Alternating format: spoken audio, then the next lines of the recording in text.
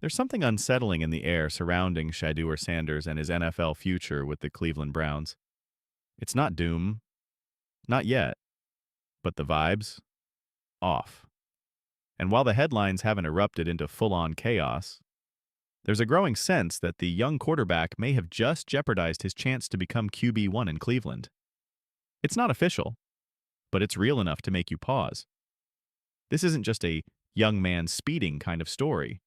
This is about image, accountability, and the all-too-familiar pattern of talented quarterbacks arriving in Cleveland with big expectations and even bigger baggage. Let's break this down. The incident? More than just a speeding ticket. Recently, it came out that Shaduer Sanders was clocked going 101 miles per hour in a 65 zone. If you've ever driven on an open freeway, you know how easy it is to creep a few miles over the limit. But this wasn't that. This wasn't late to practice, this was reckless. And it wasn't the first time either. There was another speeding ticket in the past, reportedly going over 90 miles per hour. Now you can argue that young people make mistakes, that athletes, especially ones raised in fame and fortune, sometimes lack perspective. Fair. But here's where it gets serious. He missed a court date for that first speeding offense. That's where things move from poor judgment to a concerning pattern. Bumanis's warning. Listening to Bomani Jones talk about it really put things into perspective. He spoke about how he used to drive fast, too, how in hindsight it was stupid and dangerous. And he made a chilling comparison. Henry Ruggs. No, Shaduer wasn't under the influence. He wasn't involved in an accident. But Bomani's point wasn't about what happened. It was about what could have happened. When you're going 100 plus mph, you're not just risking your own life. You're gambling with everyone else's around you. That's not just a mistake.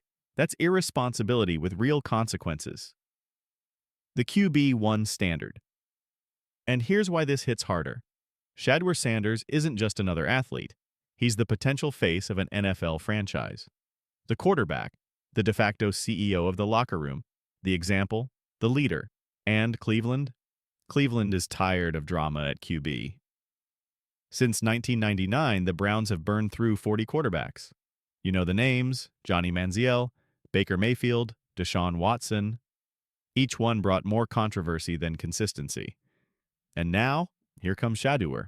Electric talent, undeniable swagger, but already making headlines for the wrong reasons before he's taken a single snap in the NFL. The redemption blueprint. All of that said, this isn't a career death sentence. It's a wake-up call. Shaduer still has time. And more importantly, he has the power to rewrite this narrative. But he has to act now. No excuses, no hiding behind fame. Say it with your chest. I messed up, and I'm fixing it. People respect accountability. What they don't respect is deflection. Shaduer has money. He's Deion's son. He doesn't need to be behind the wheel. Not now. Not after 2 speeding tickets. Get a driver, take Uber, or ride with a teammate. Just eliminate the risk. Be the first one in, last one out. We already know he's a film junkie. We've heard he shows up early, studies hard. Now it's time to take that to the next level. Make it impossible for coaches, teammates, and media to question your focus. Control the optics, like it or not. Perception matters. And right now, the optics are shaky. The speeding is bad. The missed court date? Worse. If you're serious about being a franchise QB, you have to be squeaky clean. Every move matters. Outperform. Everyone, good news is, from what we've seen at Browns training camp, Shaduer has looked like the best quarterback on the field.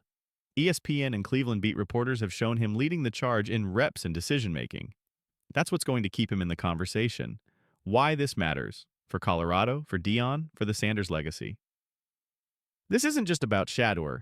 The Sanders name is bigger than one player. Between Deion's transformation of Colorado football and Shiloh's journey, the family is under a constant spotlight. And when one of them slips, the ripple effect hits everyone. There's already chatter about how Colorado retired Shaduer's number. People are questioning that. Critics are piling on. This incident only adds fuel to that fire. It's more than a PR problem. It's a credibility issue. And if Shaduer doesn't clean it up, the family legacy could take a hit that's hard to erase. A word of caution. Cleveland isn't for the weak. This city has chewed up and spit out quarterbacks for decades. Manziel came in hot, burned out fast. Baker had a decent run, but his exit was messy. Deshaun Watson? The less said, the better. If Shaduer thinks Cleveland will hand him the keys without question, he's mistaken. They want a leader, a professional, someone who won't become another name on a long list of failed saviors.